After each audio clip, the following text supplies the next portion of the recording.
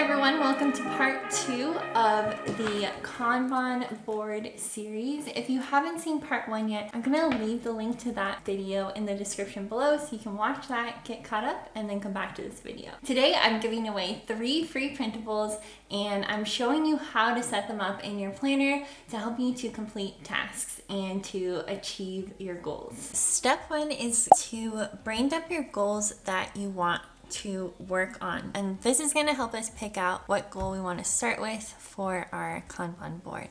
Don't worry if your goals are not specific enough at this point.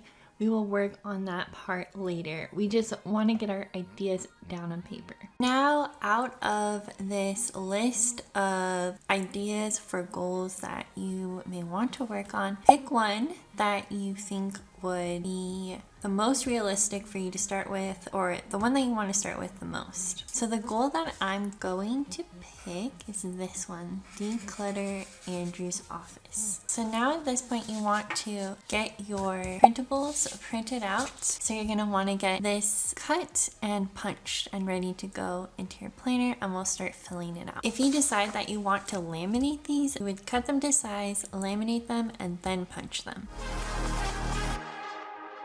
Step 4 is to add your goal to the insert. Rewrite your goal onto the insert, making it more specific. If you are having a hard time writing down your goal, you may want to try using the SMART goal framework. SMART goals are specific, measurable, achievable, relevant, and time-bound. Specific, meaning a goal should be clear and outline exactly what you want to achieve. Measurable, a goal should be quantifiable so that you can track your progress and know when you have achieved it.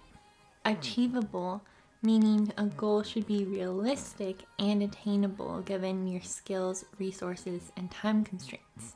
Relevant means a goal should be relevant to your overall vision, mission, or purpose and aligned with your values and priorities.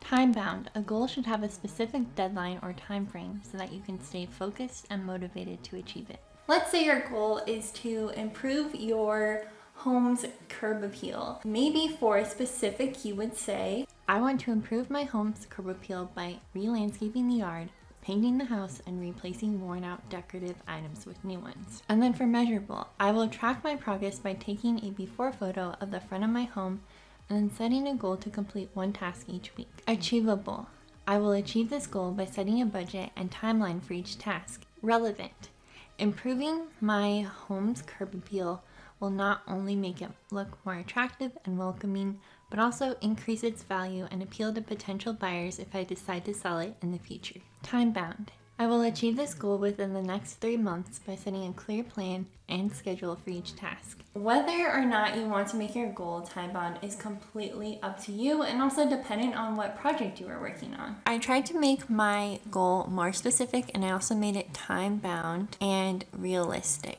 So knowing myself, I get overwhelmed very easily, so I wanted to give myself plenty of time to work on this, maybe a few minutes a day, and just break it up into very doable tasks. So that's why I gave myself a deadline of completing this by June 1st of this year. Step 5 is to fill out the sub-project or month. For the sub-project or the month, I think I'm going to break this up into months since I have the deadline of June 1st. So I'll do March, April, and May. The first month is going to be March. And for this, I will be using a friction pen to write down the month because I can erase it later on. Now we're going to break up our goal into small, actionable steps. If your SMART goal was, I want to improve my home's curb appeal, then some smaller, more achievable steps could be research landscaping and exterior design ideas online or in magazines. Paint the exterior of your house. Research plants that will grow well in your area or zone. By breaking down the SMART goal into smaller tasks like these, you can set achievable targets for yourself and make steady progress towards your larger objective. So you've chosen your goal, you've written it down on the printable, and now we want to break down this goal into actionable steps. I only want to think about the things that need to get done during the first month. To write down my actionable steps, I got these sticky notes online. They come in a bunch of different color options, And then I also got these Post-it sticky notes. If you decide to use Post-it flags, you don't want to deal with the sticky notes kind of sticking up. I would recommend using something like a Sharpie pen. And then because it's a Sharpie, I don't have to worry about it smudging. I'm just going to brain dump the tasks onto these sticky notes. In terms of the Kanban board, you can use color coding to break up tasks by category type. For example, I have the closet decluttering tasks in magenta and paperwork organization in light blue. You can also color code based on who is assigned to working on that task. Another idea is to use colors to indicate the time frame for a task. For example, tasks that need to be completed in the next 24 hours could be highlighted in red. Tasks that are due within the next week could be highlighted in yellow, and tasks that are due in more than a week could be highlighted in green.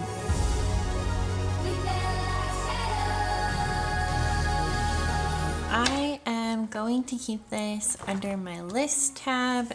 I'm kind of considering this as if it was like a task list. This step is completely optional, but in order to keep the sticky notes flat against the page, I bought acetate dividers, and then I'm attaching those dividers to the page using magnetic bookmarks, which are very thin so they don't make my planner bulky. I also decided to label those dividers as to do, in progress, and completed so I can just easily flip to that section of my planner when I need to look at my next task.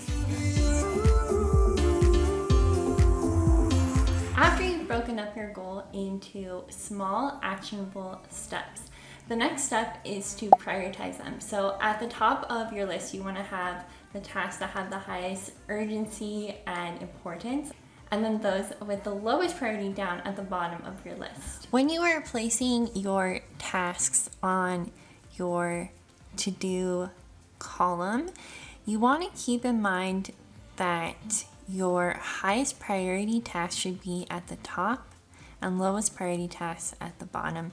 And you also want to keep in mind what the logical order of tasks would be. So for example, I need to purchase containers to store items that will be going into the attic. I also need to move my books into these containers and move them into the attic. However, I can't move the books into containers that I haven't purchased yet. So that's why I have purchase containers before move books into attic. So there's a logical order to all of this. So keep that in mind, not only when you're placing your to-do items on here, but also in the next steps that we're about to get into. For this example, I'm just going to remove this page so that you can easily see what is going on. On the second page, it says in progress at the top, and then a spot for you to put the max number. So this is the maximum number of tasks that you have the capacity to be working on at one time. Because I am someone who gets very easily overwhelmed, I'm going to want to say that my maximum number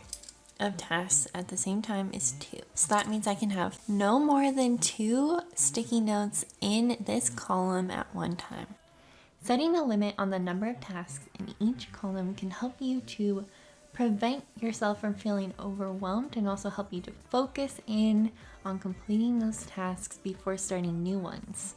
When a column reaches its limit, you must complete 1 or more tasks in that column before moving on to new tasks. If you are concerned that this will allow you to procrastinate, you could make a rule for yourself that all tasks in that column must be completed before starting a new task. Beneath that is the waiting for section, where I place tasks that someone else needs to complete an action in order for it to get done. So maybe someone is assigned to that task, or maybe I'm waiting for an order to arrive before I can complete it, etc. Step 9 is to move tasks from the to-do column to the in-progress column. So let's say I assign purchase containers and move books into attic as my first 2 tasks. And then building the shelf in the craft room gets placed in the waiting for category because my husband is assigned to that task. It's in the waiting for category, so I remember to follow up with him and make sure it gets done. Step 10 is to move tasks from the in progress column to the completed column. Now, let's say that I purchased the containers, so that task gets moved into the completed column. And that opens up a free spot for me to move in a new task in from the to-do column. My husband builds a shelf, and that moves from the waiting for column to the completed column. So we just repeat this process where we are going down the to-do list in either order of the most urgent and important tasks or in the logical sequence, one by one, filling in the open spots and moving tasks over to the right upon completion. As time passes, additional tasks will probably come up, and you can always just add those to your to-do column. Part of the reason why I wanted to include the completed page on the third page is because it's out of sight. So you have this reward of seeing your to-dos disappear. So what do you do once you are done with all of the tasks that you had assigned? If you are working with a non-time-bound board, you would want to clear the board once all the tasks reach the completed column, and then you would start a new sub-project. If you are doing a time-bound sprint, meaning maybe you are working on it for just a month, then once the month is completed, you can clear the board and then start over with the next month's actions.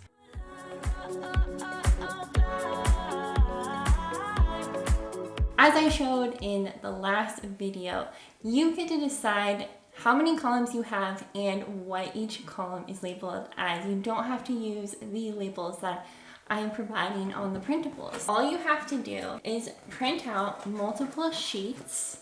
So this one is the sheet that said completed. Then I took a sticker from the Colorful Boxes sticker book and I just adhered it at the top to cover up the title. And then you can print out clear stickers, or you can just write in by hand your new title, and you can print out as many of these as you want. And I'm keeping this list of goals because once I complete or achieve this goal, then I can move on to something else. And maybe that's habit formation. And maybe if you are trying to form a habit, there are different aspects of that habit that you need to work on.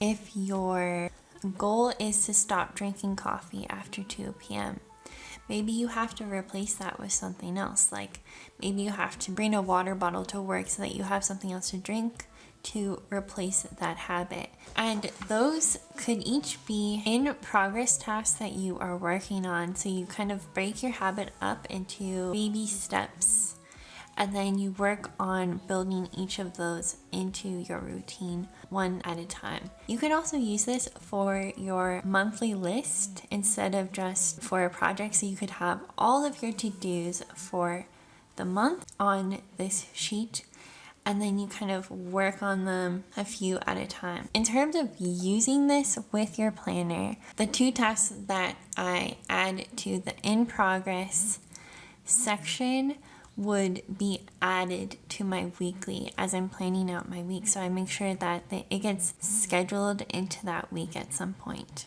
and gets completed. I hope that you like this idea of using a Kanban board in your planner to manage your tasks and to increase your focus and productivity. If you want to see more videos on productivity, check out this one here, and I'll see you next Saturday. Bye!